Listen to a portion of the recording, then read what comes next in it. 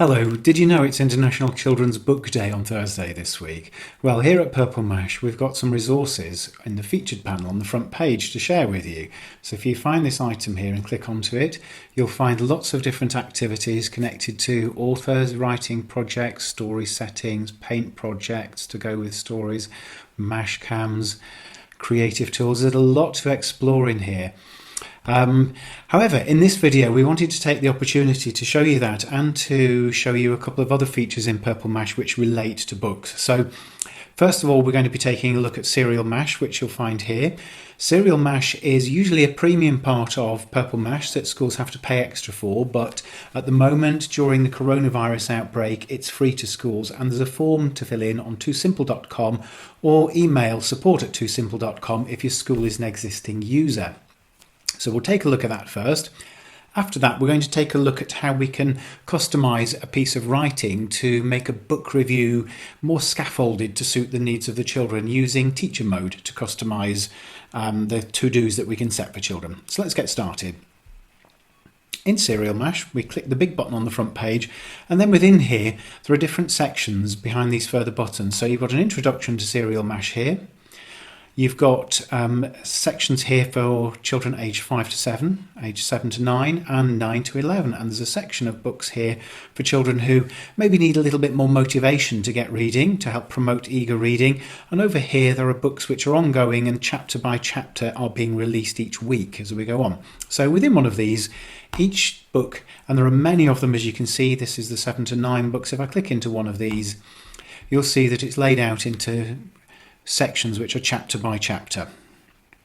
So in this book we can see we've got 7 chapters.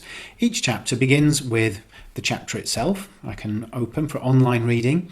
I can read this on a tablet or on a computer, and I've got features up here behind the cog where I can change the text size if I want to. I could change the text colour and the background colour if I want to as well. Whatever really will help the children to read it more easily, as you can see. Once children have read the story, read the chapter, there are different activities in here. So there's always an online weekly quiz or to go with each chapter. If we launch that, you can see this is a quiz which is built in 2Quiz, and it's just checking children's understanding of the text that they've read.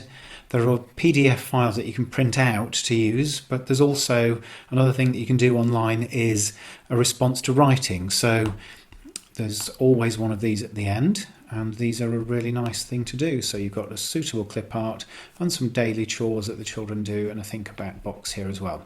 So well worth an explore, and maybe you'll find one that you think your children could enjoy reading on World Book Day and set it as a to-do for them in the usual way. The second thing that we were going to take a look at in this video was how we could customize a writing frame. So in this I'm going to search for, let's search for book reviews in the search bar here. If I can slow down a little bit, and we see a folder here full of book review items. So we click into here and there's lots of activities to get children thinking about responding to text here. There's quizzes, to connect, mind maps that children can fill in. But I'm going to choose this blank book review project here. So let's launch that ourselves. So the bit that I want to show you about this really is this think about box over here. I thought we could focus on today, because what we've got here, you'll see there's buttons which have got a sort of heading, an idea to think about in it. If we hover over it, you'll see there's a prompt question. They're great for getting the children to think about what the reader might expect when we can make it so that if we click on the title button here, it'll actually insert something into the child's text to give them that little bit of extra scaffolding. And to do this, because they're not set up at the moment, so to do this we go to the upper right and we click on the teacher's hat up here and go into teacher mode. So we click OK, and can you see over here now we've got these pencils. So the title button, if I click the pencil next to it, I can see what's written in the box is in the top one. The tooltip is what I see when I hover over the box, and the text is what will be inserted into the child's piece of writing if they click it. So in here I could give them a sentence starter which could be, I have just finished reading And then if I click on OK now, so if I click into one of the text areas and I click that button now, you see it's just inserted that. So that's a nice bit of scaffolding that we can provide for the children. So if I want to add another button, I can do so by clicking on this green button here, and I could use this to add vocabulary. It doesn't need to insert a phrase, it could just insert any particular words that I want the children to focus on at the moment.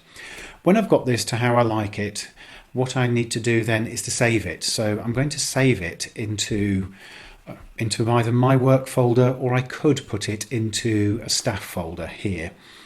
At the moment I'll just put it into my work folder because it's easy, and I'm going to call it book review. We'll save that. Once I've done that, I want to set that as a to-do for the children. So I click to exit, I go quickly to my work folder here, and I've got my book review here, and all I need to do now is to make sure that's selected and then click the set to-do button at the top. And I can go through and set this in the usual way of setting up to-dos. If your children aren't used to using the word bin with those buttons on the left hand side and clicking them, you might want to click the red button and add some audio instructions to give them a little bit of insight into that, a bit of encouragement and a bit of an explanation about how those buttons work and what your expectations are for them. Another thing that I think it's quite nice to do is in the description sometimes to write can I. So if you use can I's or I can statements, sometimes popping them into the description can give the children an introduction of what you want to focus on there. So that's today's video over with. I hope you found it useful. Thank you very much for your time, and goodbye.